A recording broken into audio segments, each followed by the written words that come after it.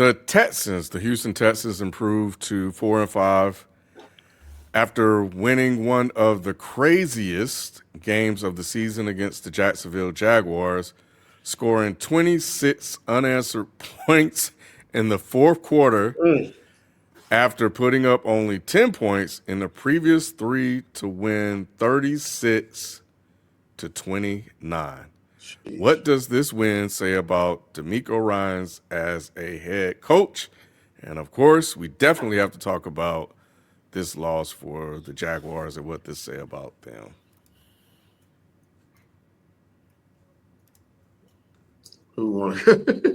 Man. Go ahead, I can Joe. go. I can go, man. For me, it says a lot about DeMeco and the attitude that he's given to this team. You're playing without your star quarterback, which is tough in itself. You got Davis Mills in there, which is decent backup, but you didn't have a lot of fight. But to rally the troops and to get them to believe, and that late in the game, you're down, 26-10 or 29-10, something like that. To come back and score 26 in the fourth quarter takes a heck of a coaching job. You do got to look at early on and how you got in this hole to begin with.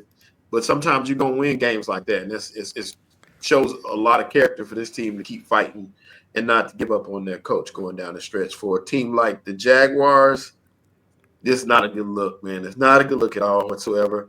You saw the frustration from the coach, man, when boy, he threw that headset and that clipboard down so fast. He was not happy with Trevor whatsoever. Trevor let him down. You can tell that Trevor is skating on thin ice in Jacksonville. They're already tired of him. And this was you had every opportunity to be successful at this point. These are winnable games.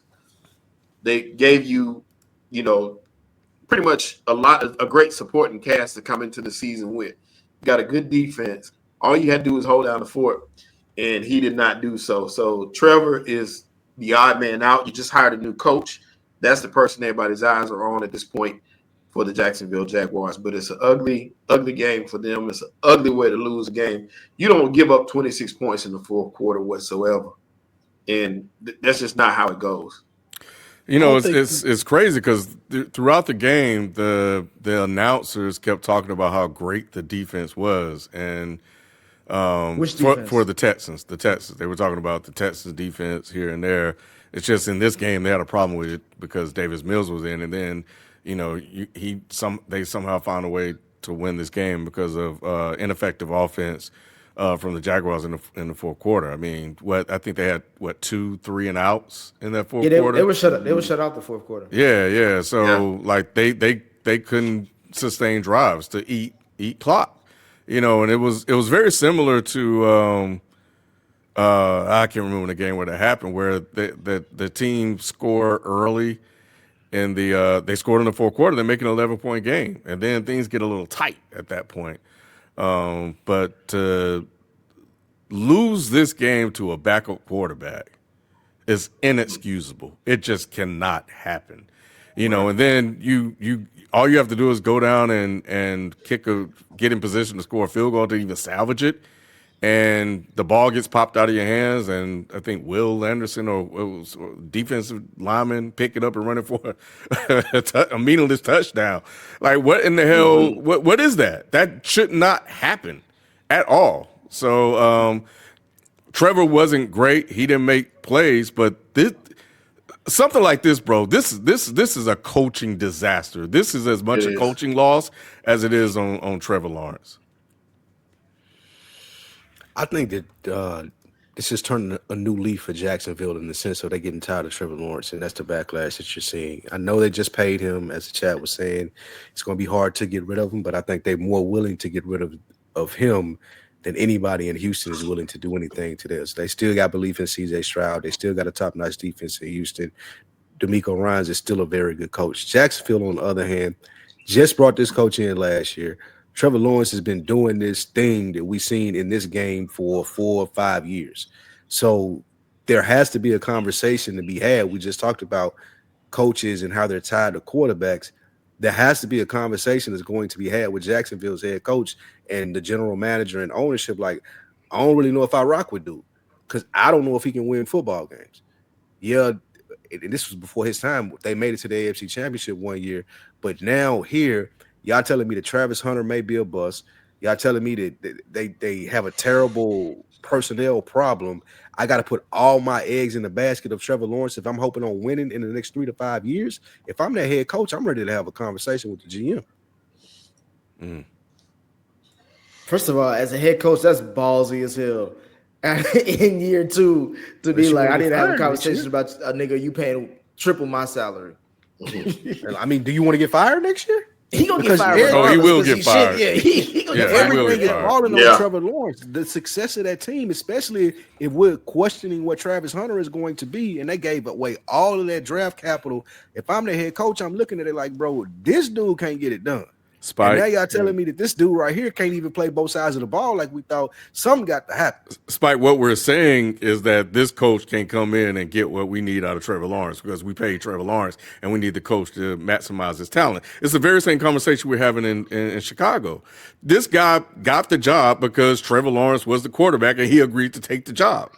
But and he can't get it done.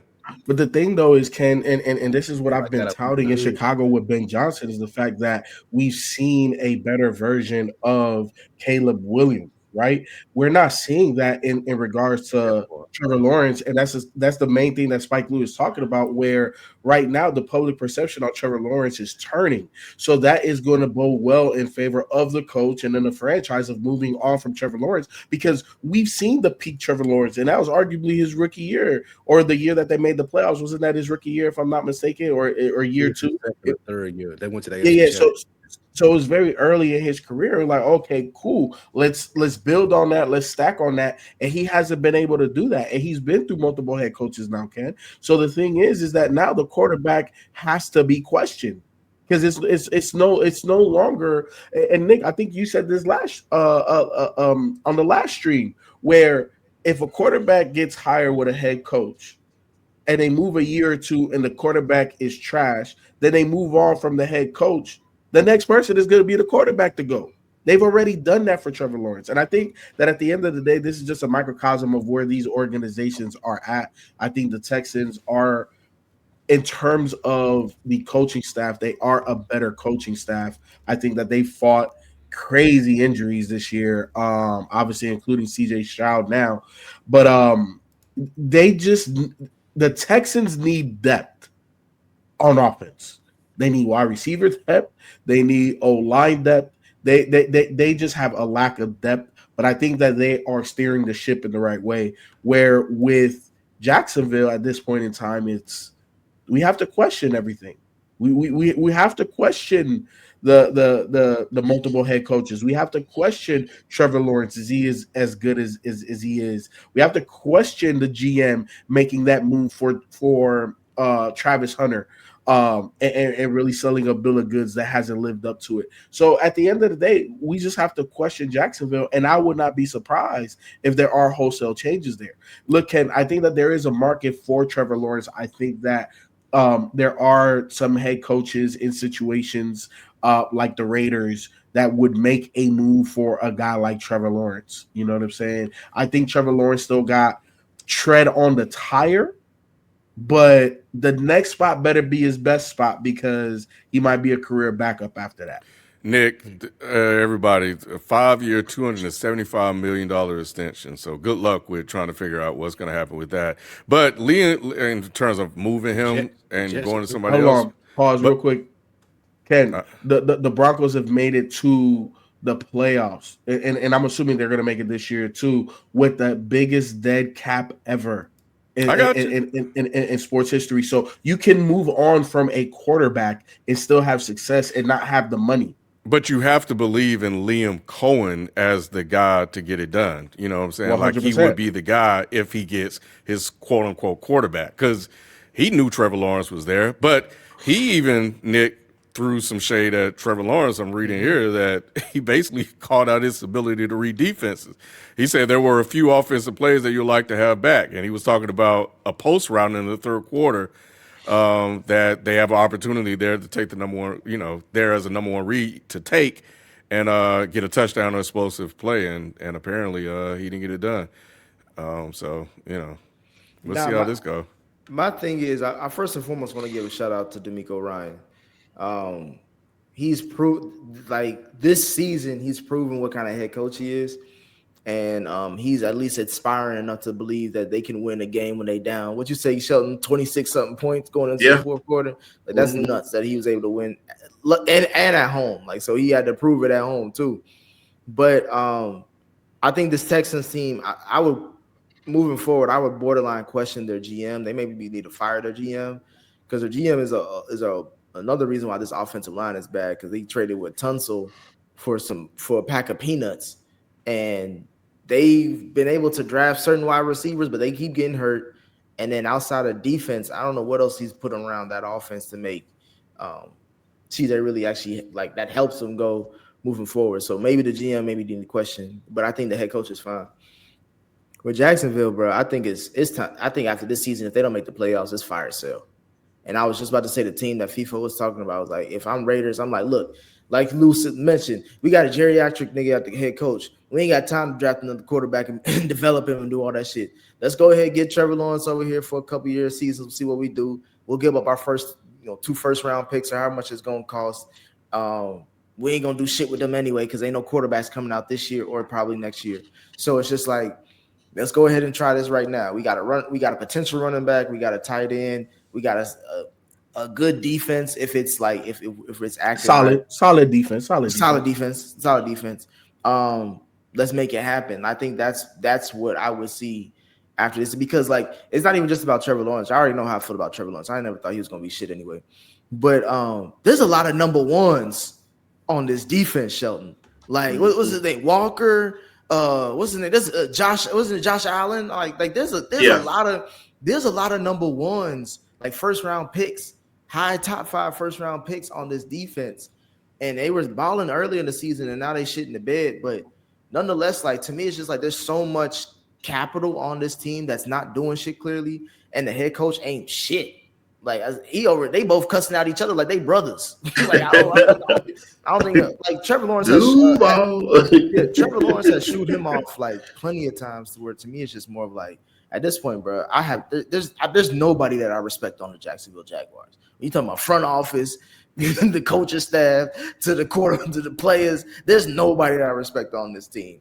Let everybody go. I guess you keep Travis because you keep Travis, but. And even then, I'm saying let everybody go because they clearly traded away their 2 first-round picks to get Travis. So you need something to get back into the draft. But if they don't make the playoffs this season, which, like I mentioned, is a wide-open AFC, blow it up. Yeah, I was looking for something else I thought was interesting. Oh, yeah, but I'll say that for later. But.